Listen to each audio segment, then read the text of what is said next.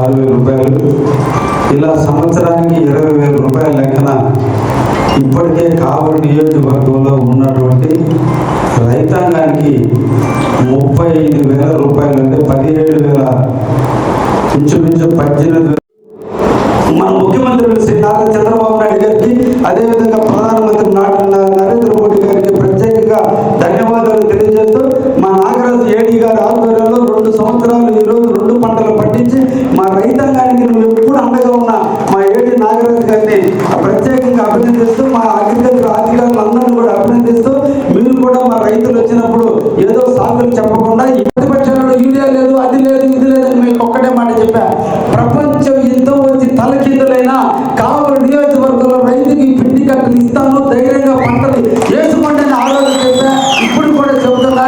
కాబట్టి దయించి మీరు కొత్త దానికి అలవాటు పడేటప్పుడు కొన్ని జరిగింది అంటే నిరంతరం కూడా ఈ రాష్ట్ర ప్రభుత్వం, కేంద్ర ప్రభుత్వం ఈ రైతాంగం పక్క తప్పకుండా ఉండి పనిచేస్తున్నాయి. కాబట్టి రైతులందరూ కూడా ఈరోజు సుభిక్షంగా ఉన్నాయి. వీళ్ళిద్దరూ చేసేటువంటి పరిపాలన బాగుంది కాబట్టి వరుణ దేవుడు కరుణిస్తున్నాడు.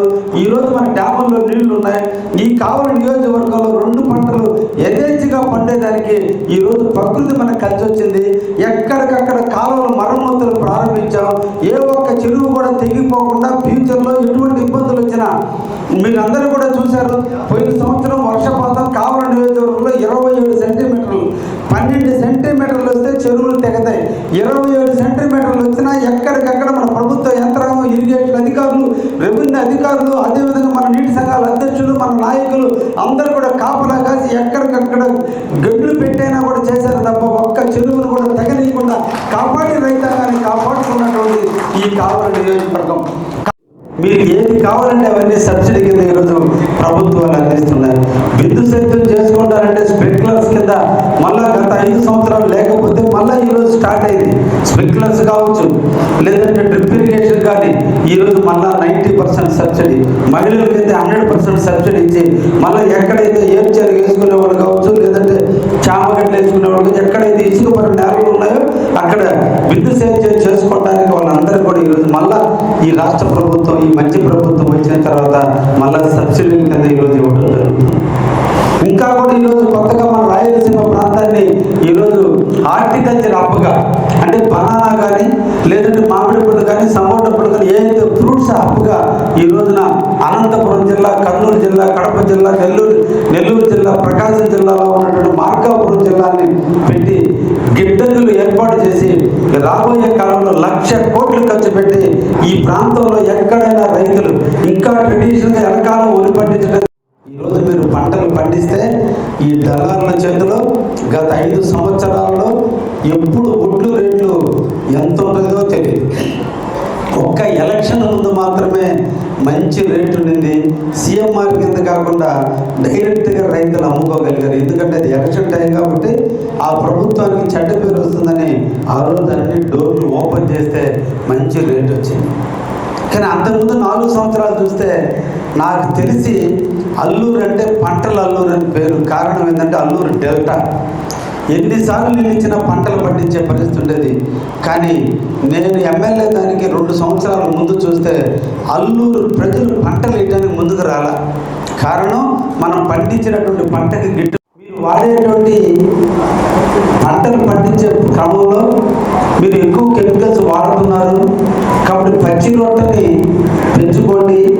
ఎరువులు చేసేటువంటి పరిస్థితి లేదు కాబట్టి మీరు పచ్చి రొట్టెలు పెంచండి. ఈరోజు నవధాన్యాల కింద, లేదా జీలకర్ర కింద, లేదా పిలిపిసల కింద, జనుము కింద ఈరోజు సబ్సిడీ కింద ఈ రాష్ట్ర ప్రభుత్వం మనకి చేతులు ఇస్తుంది. అంటే ఏంటి రాష్ట్ర ప్రభుత్వం మనకి చేసింది అనేది అందరిలో ఉంది. అంటే మనం పొలం దున్నే మొదలుకొని, వేసే విత్తనం మొదలుకొని, పచ్చి రొట్టె మొదలుకొని మనకు ప్రభుత్వం ఈ వచ్చినటువంటి ఇబ్బందుల వల్ల కాలువలన్నీ కూడిపోయినాయి, చెరువులన్నీ మరమ్మతులు చేయాలి. చెరువుల మీద చిన్న చెట్లు మలిచిపోయి, ఏర్లు పెరిగిపోయి, అవి ఎండిపోయి ఎక్కడో ఇక్కడ నెర్రులు కొడుతున్నాయి. కాబట్టి ఎలుకలు, ఎండ్రకాయలు ఇవన్నీ కూడా గాళ్ళు చేసి నీళ్లు లీకేజీల రూపంలో పోతున్నాయని చెప్పి ఈరోజు చేస్తే 54 కోట్ల రూపాయలు ఈరోజు కావలి నియోజకవర్గంలో మరమ్మతుల కోసం, చెరువుల మరమ్మతుల కోసం, కాలువలు తోవడం కోసం ఈరోజు ఖర్చు పెడుతున్నాం. మీరు ఒక్కసారి చూడండి, ఏ ఊరికి పోయినా కాలువ పోతున్నటువంటి పోయినాం. ఏ ఊరికి పోయినా పచ్చటి పైర్లు. ఈరోజు నేను మనుగోలుపాడులో మన తిప్ప సెంటర్ నుంచి దుండికి వరకు 3,50,00,000 రూపాయలతో ఈరోజు ఆర్ఎన్బి రోడ్డుకి శాంక్షన్ చేయడానికి శాంక్షన్ అయింది. దాని శంకుస్థాపన నిమిత్తం నేను మనుగోలు కూడా పోతే నాకు చాలా ఆనందం వేసింది. ఒక రైతు బిడ్డగా రోడ్డుకు 2 పక్కల 4 మళ్ళు పచ్చగా ఉంటే ఇది రైతాంగం. ఈరోజు ఎదుగుతుందో ఆ పైరు కూడా ఆడుతుంది. అది మన ప్రకృతి అంటే. ఈరోజు ఆ ప్రకృతి కూడా నిజంగా నేను పోతుంటే వర్షం కురిస్తే నాకు ఒక ఆనందం వేసింది. ఇంత ఎండలో కూడా మా రైతులు పడే కష్టానికి ఆ రైతులను ఎండలో ఎండనీయకుండా ప్రకృతి కూడా చల్లటి వర్షాన్ని కురిపించి ఆనందింపజేసింది కదా, నాకు ఆనందాన్ని ఇచ్చింది. అటువంటి అన్ని ఈరోజు అన్నదాత సుఖీభవ. ఈ రాష్ట్ర ముఖ్యమంత్రి మీ అకౌంట్లో డబ్బులు వేస్తుంటే వరుణ్ దేవుడు కూడా అక్కడ వర్షాన్ని కురిపిస్తున్నాడు. అంటే అది రాజు యొక్క రాజరికం. అందుకనే నరేంద్ర మోడీ గారు, మన ముఖ్యమంత్రి నారా చంద్రబాబు నాయుడు గారు ఈరోజు రైతాంగం కోసం ఇన్ని రకాలుగా పనిచేస్తున్నారు.